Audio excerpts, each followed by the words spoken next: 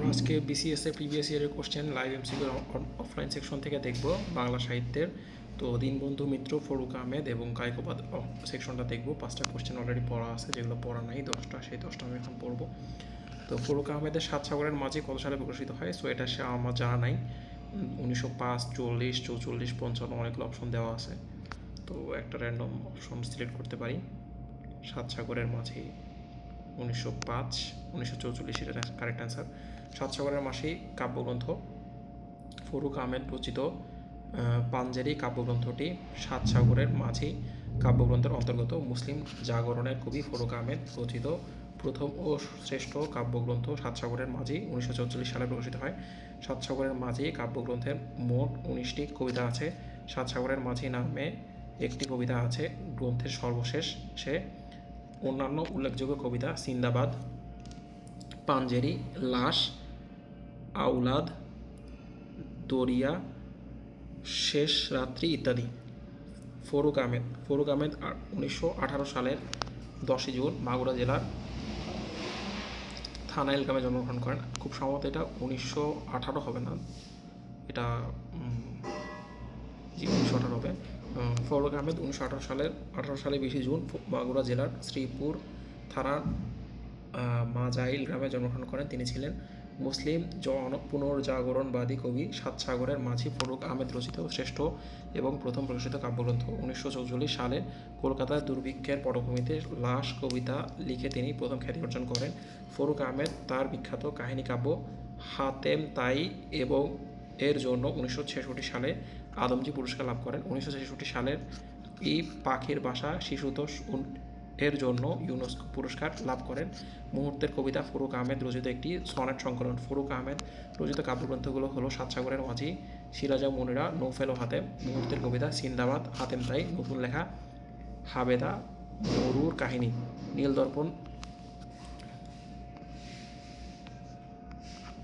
নীলদর্পণ নাটকটি বিষয়বস্তু কী ছিল? নীলকরদের অত্যাচার, ভাষা আন্দোলন, অসহযোগ আন্দোলন, তেভাগা আন্দোলন। নীলকরদের অত্যাচার। নীলদর্পণ 1860 দীনবন্ধু মিত্র রচিত শ্রেষ্ঠ নাটক এবং শ্রেষ্ঠ রচনাও। তিনি 1860 সালে ঢাকা থেকে প্রথমে প্রকাশিত হয়। নাটকটি 1860 সালে ঢাকা থেকে প্রথম প্রকাশিত হয়। সমকালের নীলচাষ ও নীলকর সাহেবের প্রজা পীড়ন ও শাসক শ্রেণীর পক্ষপাতমূলক আচরণ নাটকটির বিষয়বস্তু। নাটকটি তৎকালীন সমাজে বিশেষ আলোড়ন সৃষ্টি করে এবং কৃষকদের নীল বিদ্রোহে ইন্ধন যোগায়। মাইকেল মধুসূদন দত্ত আর নেটিভ ছদ্মনামে নাটকটির ইংরেজি অনুবাদ করেন ও নাম দেন নীল দর্পণ or the Indigo planting mirror 1861 এবং পাদ্রী জেমস লং তা প্রকাশ করে আদালত কর্তৃক অর্থদণ্ডে দণ্ডিত হন। বঙ্কিমচন্দ্র চট্টোপাধ্যায় নীল দর্পণকে আঙ্কেল টমস কেবিন এর সঙ্গে তুলনা করেন। নাটকটি রচনাকাল থেকে আজ পর্যন্ত জাতীয় চেতনার পথিকৃত হয়ে আসছে। এটি বিদেশি ভাষায় অনুদিত প্রথম বাংলা নাটক। 1860 সালে কস্যচিৎ পথিক কস্য ছদ্মনামে নাটকটি প্রথম ঢাকা থেকে প্রকাশিত হয় এবং 1872 সালে 7ই ডিসেম্বর এটি দিয়েই প্রথম শুরু হয় সাধারণ রঙ্গালয়ে অভিনয়। 1830 সালের পশ্চিমবঙ্গের নদিয়া জেলার চৌবাইরিয়া গ্রামে তার এক দরিদ্র পরিবারে তিনি জন্মগ্রহণ করেন। রায় বাহাদুর দীনবন্ধু মিত্র একজন নাট্যকার ছিলেন। ঈশ্বরচন্দ্র গুপ্তের অনুপ্রেরণায় কবিতা লিখতেন। তিনি কলেজে পড়ার সময় ঈশ্বরচন্দ্র গুপ্তের সংস্পর্শে গিয়ে সংবাদ প্রভাকর, সংবাদ সাধুরঞ্জন প্রভৃতি পত্রিকায় কবিতা লিখতে শুরু করেন। তবে নাটক ও প্রহসন লিখে তিনি সর্বাধিক খ্যাতি অর্জন করেন। নীলদর্পণ তার শ্রেষ্ঠ নাটক এবং শ্রেষ্ঠ রচনাও। 1873 সালে 1 নভেম্বর তার অকাল মৃত্যু হয়। তার রচিত অন্যান্য নাটক নবীন তপস্বিনী, লীলাবতী, কমলে কামিনী। সিরাজুল মুনিরা কাব্যের রচয়িতাকে? সিরাজুল মুনিরা কাব্যের রচয়িতা হচ্ছে ফরুক আহমেদ। সিরাজুল মুনিরা কাব্যটি রচয়িতা হচ্ছে ফরুক আহমেদ। তিনি 1918 সালের মাগুরা জেলার শ্রীপুর থানায় জন্মগ্রহণ করেন। 1944 সালে কলকাতার দুর্ভিক্ষের পটভূমিতে লাশ কবিতা লিখে তিনি প্রথম খ্যাতি অর্জন করেন। হাতেম তাই একটি ফরুক আহমেদ এর কাহিনী কাব্য। নৌফল ও হাতেম ফরুক আহমেদের কাব্য নাট্য। সাত সাগরের মাঝি ফরুক আহমেদ এর প্রথম প্রকাশিত কাব্য। তার উল্লেখযোগ্য কাব্য হচ্ছে সাত সাগরের মাঝি, সিরাজুম মুনিরা, নৌফেল ও হাতেম, মুহূর্তের কবিতা, হাতেম তাই, হাবেদা, মরুর কাহিনী ইত্যাদি। তার শিশুদোষ রচনা, পাখির বাসা, হরফের ছড়া, হরফ ছড়ার আসর ইত্যাদি। কোন গ্রন্থটি ঢাকা হতে প্রথম প্রকাশিত হয়? মেঘনাদবধ কাব্য, দুর্গেশ নন্দিনী, নীলদর্পণ, অগ্নিবীণা। নীলদর্পণ। নীলদর্পণ নাটক। নীলদর্পণ দীনবন্ধু মিত্রের প্রথম ও সর্বশ্রেষ্ঠ নাটক নীলদর্পণ।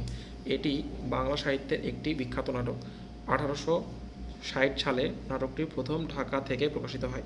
এটি ঢাকা থেকে প্রকাশিত প্রথম নাটক এবং নাটকটি ঢাকায় প্রথম মঞ্চস্থ হয়। আর নেটিভ ছদ্মনামে মাইকেল মধুসূদন দত্ত এর ইংরেজি অনুবাদ করেন। অনুবাদটি 1861 সালে Nildarpan on the Indigo planting mirror নামে প্রকাশিত হয়। অন্যদিকে মেঘনাদবধ কাব্য দুখণ্ড ও ন স্বর্গে রচিত মাইকেল মধুসূদন দত্তের মহাকাব্য। প্রথম খণ্ড 1861 সালে জানুয়ারি মাসে এবং দ্বিতীয় খণ্ড একই বছর আগস্ট মাসে কলকাতা থেকে প্রকাশিত হয়। বাংলা সাহিত্যের প্রথম সার্থক উপন্যাস দুর্গেশ নন্দিনী। বঙ্কিমচন্দ্র চট্টোপাধ্যায়ের এই উপন্যাসের রচয়িতা। বাংলা সাহিত্যের প্রথম সার্থক উপন্যাস দুর্গেশ নন্দিনী প্রকাশিত হয় 1865 সালে। অগ্নিবীণা কাজী নজরুল ইসলাম রচিত একটি কাব্যগ্রন্থ। এটি 1922 সালে প্রকাশিত হয়। কাব্যগ্রন্থটি মোট 12টি কবিতায় রয়েছে। প্রথম কবিতা হচ্ছে প্রলয় উল্লাস। দীনবন্ধু মিত্র পশ্চিমবঙ্গের নদিয়া জেলার চৌবেরিয়া গ্রামে এক দরিদ্র পরিবারে 1830 সালে তিনি জন্মগ্রহণ করেন। তার পিতৃপ্রদত্ত নাম হচ্ছে গন্ধর্ব নারায়ণ। 1871 সালে লুসাই যুদ্ধের সময় দীনবন্ধু কাছাড়ে সফলভাবে ডাক বিভাগ পরিচালনা করেন, যার জন্য সরকার তাকে রায়বাহাদুর উপাধিতে ভূষিত করেন। নীলদর্পণ তার শ্রেষ্ঠ নাটক এবং শ্রেষ্ঠ রচনাও। দীনবন্ধু মিত্র রচিত প্রকাশন হচ্ছে সধবার একাদশী, বিয়ে পাগলা বুড়ো ও জামাই বারিক। নাটক হচ্ছে লীলাবতী, নবীন তপস্বিনী, কমলে কামিনী। ফরুক আহমেদ এর শ্রেষ্ঠ কাব্যগ্রন্থের নাম কি? সাত সাগরের মাঝি, পাখির বাসা, হাতেম তাই, নৌফেল হাতেম। এটা খুব সম্ভবত সাত সাগরের মাঝি। সাত সাগরের মাঝি কাব্যগ্রন্থ মুসলিম জাগরণের কবি ফরুক আহমেদ রচিত প্রথম ও শ্রেষ্ঠ কাব্যগ্রন্থ সাত সাগরের মাঝি। গ্রন্থটি 1944 সালে প্রকাশিত হয়। সাত সাগরের মাঝি কাব্যগ্রন্থের মোট 19টি কবিতা রয়েছে। সাত সাগরের মাঝি নামে একটি কবিতা আছে গ্রন্থের সর্বশেষে। অন্যান্য উল্লেখযোগ্য কবিতা সিন্দাবাদ, পাঞ্জেরি, লাশ, আউলাদ, দরিয়ার শেষ রাত্রি ইত্যাদি। ফরুক আহমেদ তিনি 1918 সালের 10ই জুন মাগুরা জেলার শ্রীপুর থানার মাজাইল গ্রামে জন্মগ্রহণ করেন। তিনি ছিলেন মুসলিম পুনর্জাগরণবাদী কবি। 1944 সালে কলকাতার দুর্ভিক্ষের পটভূমিতে লাশ কবিতা লিখে তিনি প্রথম খ্যাতি অর্জন করেন। ফরুক আহমেদ তার বিখ্যাত কাহিনী কাব্য হাতেম তাই এর জন্য 1966 সালে আদমজী পুরস্কার লাভ করেন। 1966 সালে পাখির বাসা শিশুতোষ এর জন্য ইউনেস্কো পুরস্কার লাভ করেন। ফরুক আহমেদ রচিত কাব্যগ্রন্থ সাত সাগরের মাঝি, সিরাজুম মুনিরা, নৌফেল ও হাতেম, মুহূর্তের কবিতা, সিন্দাবাদ, হাতেম তাই, নতুন লেখা, হাবেদা, মরুর কাহিনী। সাত সাগরের মাঝি কাব্যগ্রন্থটির লেখককে ফরুক আহমেদ। সাত সাগরের মাঝি কাব্যগ্রন্থ মুসলিম জাগরণের কবি ফরুক আহমেদ রচিত প্রথম ও শ্রেষ্ঠ কাব্যগ্রন্থ সাত সাগরের মাঝি 1944 সালে প্রকাশিত হয়। সাত সাগরের মাঝি কাব্যগ্রন্থের মোট 19টি কবিতা আছে। সাত সাগরের মাঝি নামে একটি কবিতা আছে গ্রন্থের সর্বশেষে। অন্যান্য উল্লেখযোগ্য কবিতা সিন্দাবাদ, পাঞ্জেরি, লাশ, আউলাদ, দরিয়ার শেষ রাত্রি ইত্যাদি। ফরুক আহমেদ তিনি 1918 সালের 10ই জুন মাগুরা জেলা শ্রীপুর থানার মাজাইল গ্রামে জন্মগ্রহণ করেন। তিনি ছিলেন মুসলিম পুনর্জাগরণবাদী কবি। 1944 সালে কলকাতার দুর্ভিক্ষে পটভূমিতে লাশ কবিতা লিখে তিনি প্রথম খ্যাতি অর্জন করেন। ফরুক আহমেদ তার বিখ্যাত কাহিনী কাব্য হাতেম তাই এর জন্য 1966 সালের আদমজী পুরস্কার লাভ করেন। 1966 সালের পাখির বাসা শিশুতোষ এর জন্য ইউনেস্কো পুরস্কার লাভ করেন। ফরুক আহমেদ রচিত কাব্যগ্রন্থ সাত সাগরের মাঝি, সিরাজুম মুনিরা, নৌফেল ও হাতেম, মুহূর্তের কবিতা, সিন্দাবাদ, হাতেম তাই, নতুন লেখা, হাবেদা, মরুর কাহিনী। ইসলামের ইতিহাস ঐতিহ্য ও কাব্যের উপজীব্য হচ্ছে জিঞ্জির কাজী নজরুল ইসলাম, সাত সাগরের মাঝি ফরুক আহমেদ, দিলরুবা আব্দুল কাদের, নূরনামা আব্দুল হাকিম। সাত সাগরের মাঝি ফরুক আহমেদ রচিত প্রধান কাব্যগ্রন্থ সাত সাগরের মাঝি কাব্যের মূল উপজীব্য হচ্ছে ইসলামের ইতিহাস ও ঐতিহ্য। সাত সাগরের মাঝি কাব্যগ্রন্থ। ফরুক আহমেদ রচিত পাঞ্জেরি কবিতাটি সাত সাগরের মাঝি কাব্যগ্রন্থের অন্তর্গত। মুসলিম জাগরণের কবি ফরুক আহমেদ রচিত প্রথম ও শ্রেষ্ঠ কাব্যগ্রন্থ সাত সাগরের মাঝি 1944 সালে প্রকাশিত হয়। মূলত মুসলমানদের জাগরণের লক্ষ্যে তিনি এই গ্রন্থের কবিতাগুলো লিখেছেন। সেজন্য কবি ত্যাগ করেছেন বঙ্গীয় শব্দ ও অনুষঙ্গ, গ্রহণ করেছেন আরব্য উপন্যাস, ইরান, আরবের সংস্কৃতি ও পুরাণ কথা। সাত সাগরের মাঝি কাব্যের মোট 19টি কবিতা আছে। সাত সাগরের মাঝি নামে একটি কবিতা আছে গ্রন্থের সর্বশেষে। অন্যান্য উল্লেখযোগ্য কবিতা সিন্দাবাদ, পাঞ্জেরি, লাশ, আওলাদ, দরিয়ার শেষরাত্রি ইত্যাদি। ফরুক আহমেদ তিনি 1918 সালে 10 জুন মাগুরা জেলার শ্রীপুর থানার মাঝেল গ্রামে জন্মগ্রহণ করেন। তিনি ছিলেন মুসলিম পুনর্জাগরণবাদী কবি।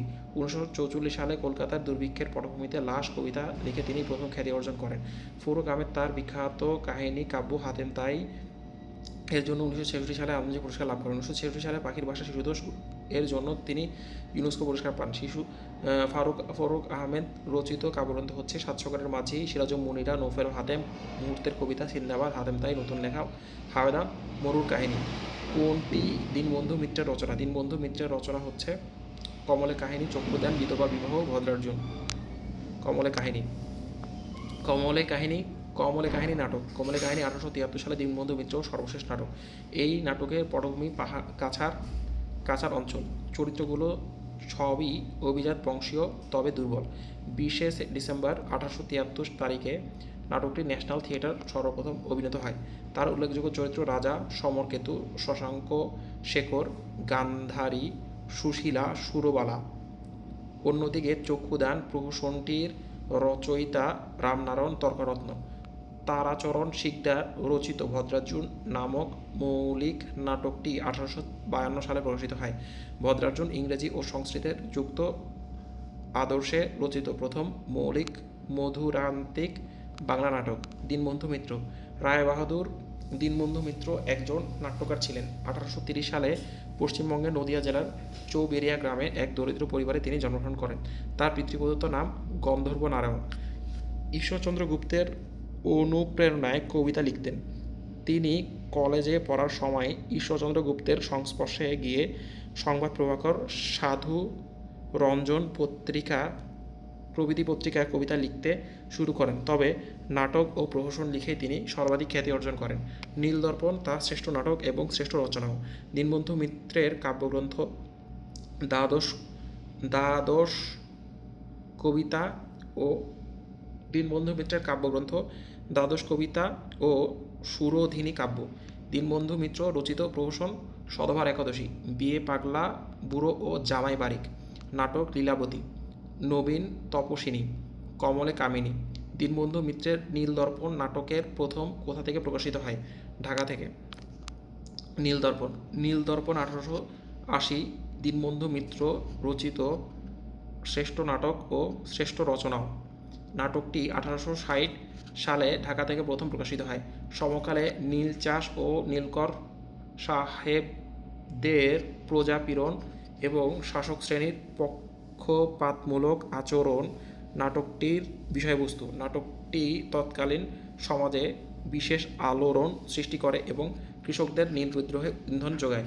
মাইকেল মধুসূদন দত্ত নেটিভ ছন্দে নাটকটির ইংরেজি অনুবাদ করেন ও নাম দেন নীল দর্পণ অর দ্য ইন্ডিগো প্ল্যান্টিক মিরর 1861 এবং পাদ্রী জেমস ওয়ং তা প্রকাশ করে আদালত কর্তৃক অর্থদণ্ডে দণ্ডিত হন।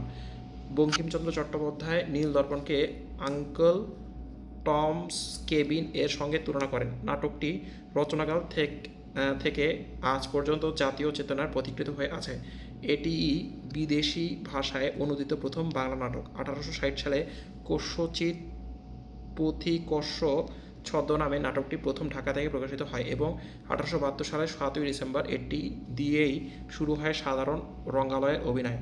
দীনবন্ধু মিত্র 1830 সালে পশ্চিমবঙ্গের নদিয়া জেলার চৌবেরিয়া গ্রামে এক দরিদ্র পরিবারে তিনি জন্মগ্রহণ করেন। রায়বাহাদুর দীনবন্ধু মিত্র একজন নাট্যকার ছিলেন। তার পিতৃপ্রদত্ত নাম হচ্ছে গন্ধর্ব নারায়ণ।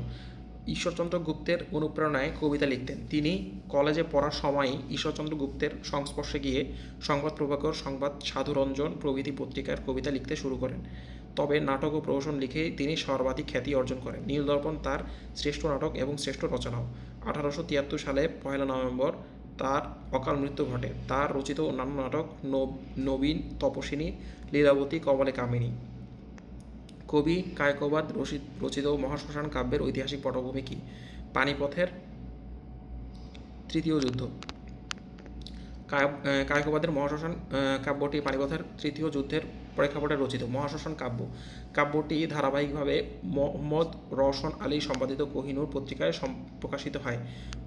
পানিপথের তৃতীয় যুদ্ধ অবলম্বনে কাব্যটি রচিত। কাব্যের 3টি খণ্ড রয়েছে। মুনির চৌধুরীর রক্তাক্ত প্রান্তরের কাহিনী উৎস এই গ্রন্থ। মহাশ্মশান কাব্যের মোট 3টি খণ্ড রয়েছে। প্রথম খণ্ড 9টি স্বর্গ, দ্বিতীয় খণ্ড 24টি খণ্ড স্বর্গ এবং তৃতীয় খণ্ড 7টি স্বর্গ সমাপ্ত। উল্লেখ্য বাংলাপিডিয়ায় কায়কোবাদ রচিত মহাশ্মশান কাব্যের প্রকাশকাল 1904 সাল দেওয়া। প্রধান চরিত্র এব্রাহাম কার্দি, জোহারা বেগম, হিরণ বালা, আতা খা লঙ্গ, রত্নজি, সুজা উদ্দৌলা, সেলিনা আহমদ শাহ আবদালি। কায়কোবাদের প্রকৃত নাম কাজেম আলী কোরশি। তার প্রথম প্রকাশিত কাব্যগ্রন্থ বিরহ বিলাপ। বাঙালি মুসলমান কবিদের মধ্যে প্রথম মহাকাব্য রচয়িতা, আধুনিক বাংলা সাহিত্যের প্রথম মুসলিম কবি। তার অন্যান্য কাব্য বিরহ বিলাপ, অমিয় ধারা, অশ্রুমালা, কুসুম কানন, শিব মন্দির প্রভৃতি।